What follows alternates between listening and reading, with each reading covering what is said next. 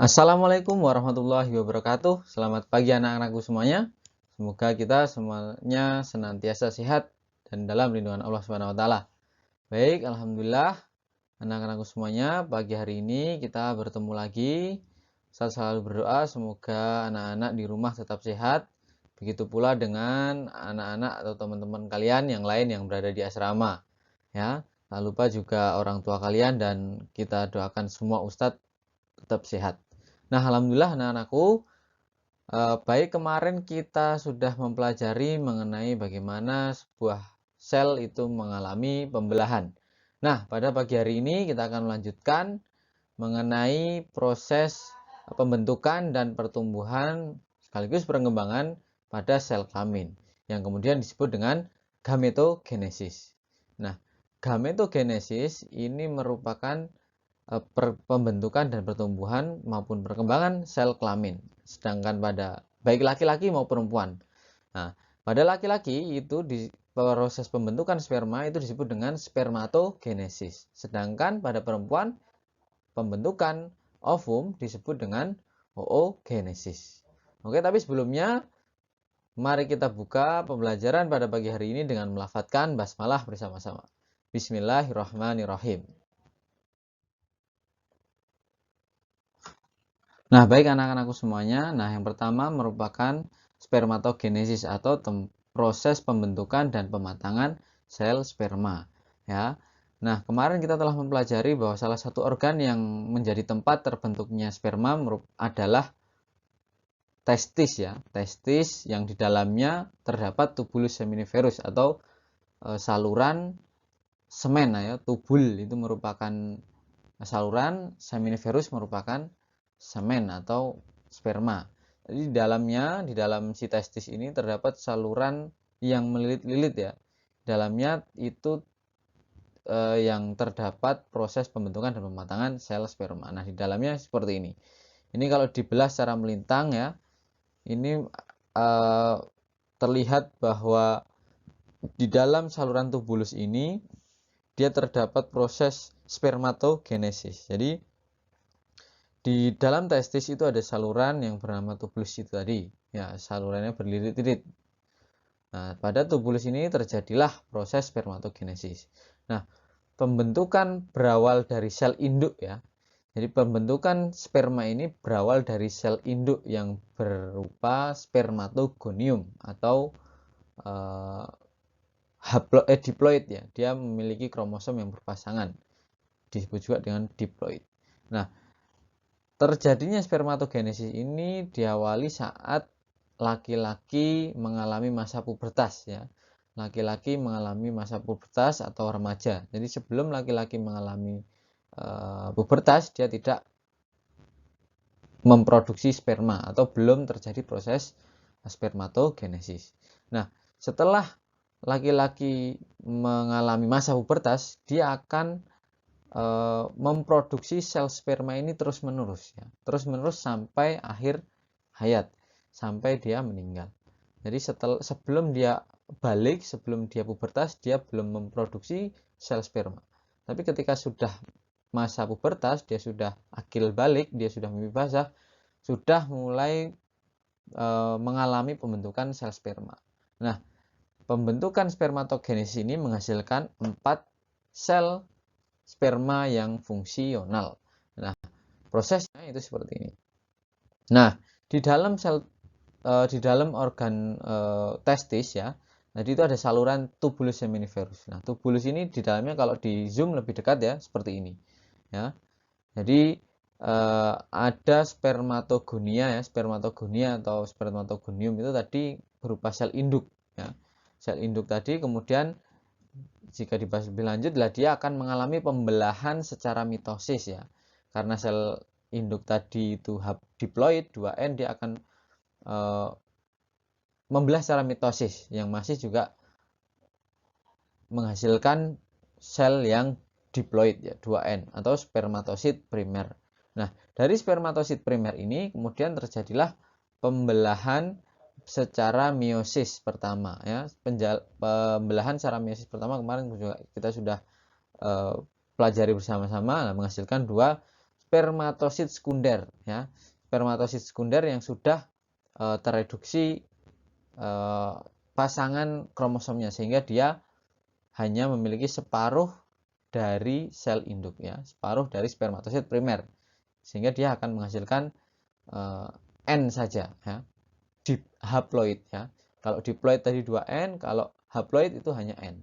Nah, kemudian spermatosit sekunder ini membelah secara meiosis kedua ya, yang kemudian dia menghasilkan spermatid 4 ya, 4 spermatid. Nah, spermatid ini yang kemudian dia berdiferensiasi menjadi spermatozoa atau menjadi sperma. Nah, ini bentuknya sperma. Jika dia membelah secara mitosis dan meiosis ya, dari kalau spermatogonium sampai ke spermatosit primer itu terjadi mitosis ya. Ya, terjadi secara mitosis, sedangkan spermatosit primer hingga terbentuknya spermatozoa atau sperma fungsional itu meiosis 1 dan 2 ya. Ini berkembangnya ini ke bawah. Jadi ketika dia mulai dari spermatogonia turun menjadi spermatosit primer, spermatosit sekunder, sehingga dia menghasilkan spermatid dan sel sperma dewasa. Gambarnya seperti ini.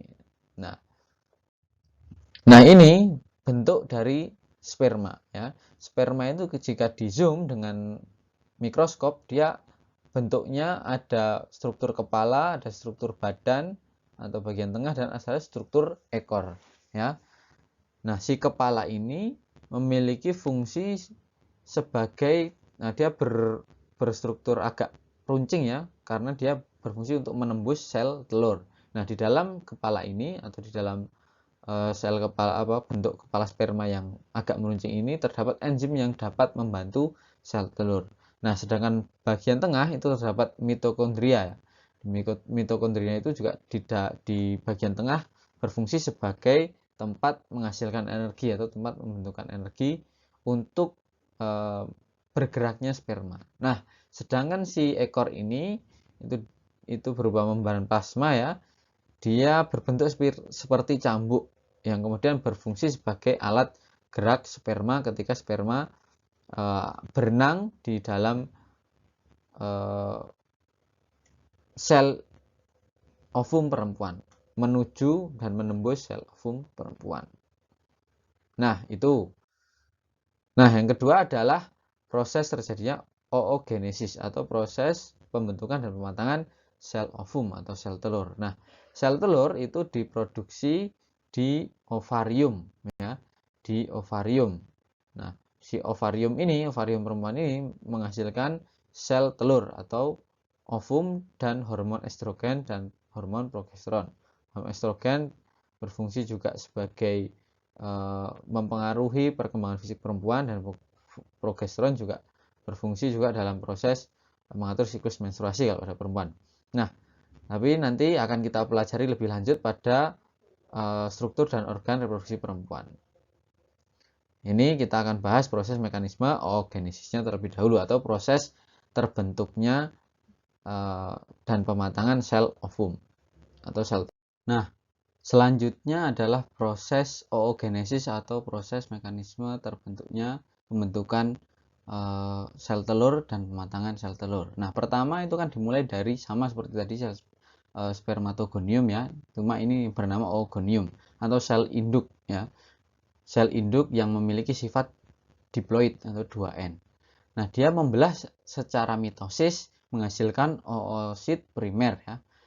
Oosit primer yang sama-sama diploid. Nah, proses perkembangan secara mitosis ini, pembelahan secara mitosis ini terjadi saat masih bayi ya atau dalam kandungan. Begitu pula juga dengan si ibu. Nah, setelah masa dalam kandungan selesai, dia lahir ya menjadi bayi. Nah, fase ini kemudian berhenti dulu sampai masa pubertas ya, sampai masa pubertas tiba untuk pada perempuan.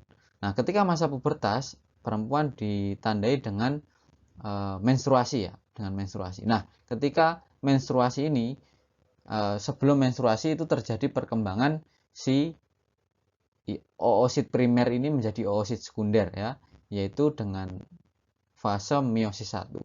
Nah, si oosit primer ini berkembang atau melalui pembelahan meiosis 1 menghasilkan oosit sekunder dan badan polar primer. Nah, ini kenapa kok beda ya?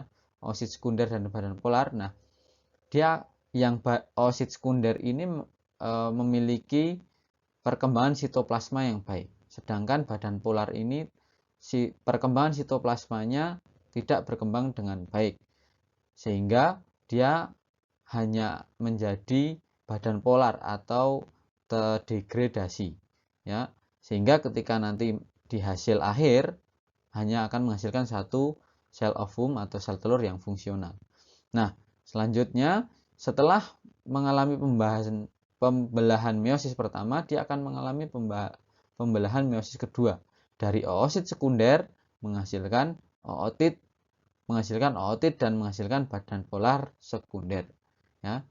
Jadi badan polar ini akan terdegradasi ya, atau disebutkan dengan polosit karena sitoplasmanya tidak berkembang dengan baik. Nah, sedangkan si ootit ini kemudian dia akan berkembang terdiferensiasi menjadi sel telur ya. Jadi proses oosit primer hingga menjadi sel telur ovum itu terjadi pada saat pubertas hingga menopause ya.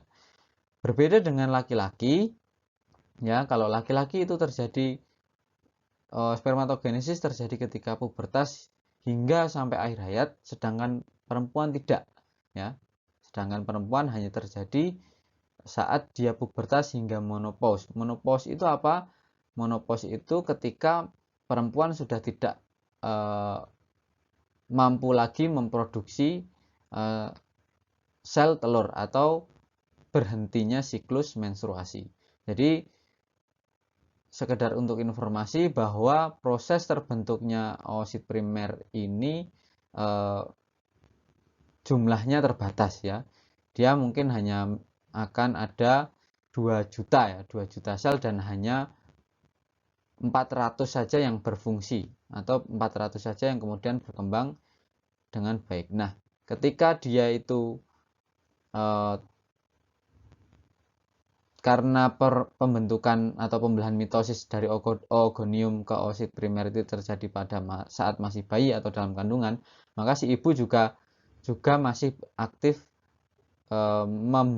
melakukan pembelahan oogonium secara mitosis menjadi oosit primer yang fungsional ya. Jadi ibu yang memiliki banyak anak, dia akan memiliki banyak sel oosit primer yang aktif. Jadi sehingga dapat dikatakan juga menopause-nya bisa lama. Seperti itu. Nah, pada akhirnya oogenesis ini merupakan proses pembentukan hingga pematangan sel telur. Nah, terjadi pada ovarium. Nah, setiap oosit primer itu menghasilkan satu ovum fungsional dan 3 badan polar. 3 badan polar itu yang kemudian terdegradasi ya, terdegradasi atau mati ya, sehingga hanya satu saja unit yang fungsional berupa sel telur. Nah, proses terjadinya oogenesis itu saat wanita masih dalam kandungan ya, janin, dan berhenti ketika lahir menjadi bayi hingga masa pubertas. Jadi terjadi jeda terlebih dahulu. Terjadi jeda sampai dia pubertas, dia akan mengalami oogenesis kembali ya, dan berhenti lagi ketika memasuki masa menopause. Nah, saat ovum habis. Jadi ketika sel oosit primer tadi sudah berhenti atau mengalami masa habis produksinya ya, dia akan memasuki, wanita itu akan memasuki masa menopause ya, atau dia siklus menstruasinya berhenti. Jadi menstruasi itu akan terus berlangsung ketika sel telur itu diproduksi dan tidak dibuahi. Tapi ketika sudah tidak diproduksi, maka akan terjadi masa menopause ya. Biasanya terjadi pada usia 50 tahun ke atas kalau untuk ibu-ibu. Untuk perempuan. Nah, semakin banyak anak yang dihasilkan dari sebuah keluarga, karena tadi sel oosit primer itu terbentuk ketika masih dalam kandungan ya. baik ibu maupun anak. Jadi dapat dikatakan semakin banyak anak, maka masa monopausnya juga semakin lama. Nah, itu pelajaran pada pagi hari ini ya. Jangan lupa kalian tetap belajar dan tetap latihan soal. Nah, nanti di akhir Ustadz akan juga sampaikan latihan soal kalau sudah sama-sama kita bahas materi pada bab 1 ini. Terima kasih dari Ustadz. Assalamualaikum warahmatullahi wabarakatuh.